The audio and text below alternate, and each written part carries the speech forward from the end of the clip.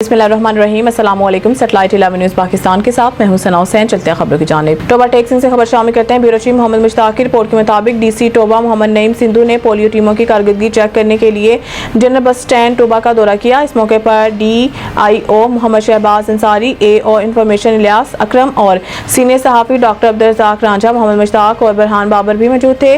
DC Toba Mohammad Naeem Sindhu ने polio team का record check किया और वैगन में मौजूद मुसाफिर बच्चों की उंगलियों पर निशानात चेक किए और इस मौके पर मौजूद पोलियो टीम को हुक्म दिया कि वो टोबा में आने वाले मुसाफिरों बच्चों को पोलियो से बचाव के कतरे जरूर पिलवाएं।